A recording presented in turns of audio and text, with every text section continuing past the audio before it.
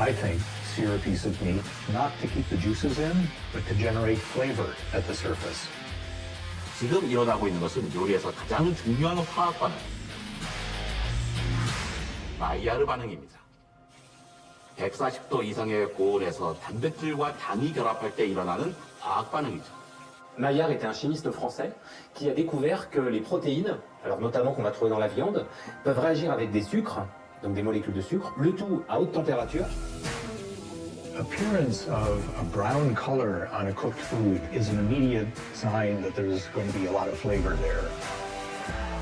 Maillard reaction is a sort of cascade of hundreds of brand new chemical compounds. It's what makes all those sort of complex flavors that develop when you apply heat. Et c'est ça qui va donner tous les goûts magiques, un peu noisette, un peu torréfié, caramélisé, un peu beurré, qui sont extrêmement intéressants en cuisine.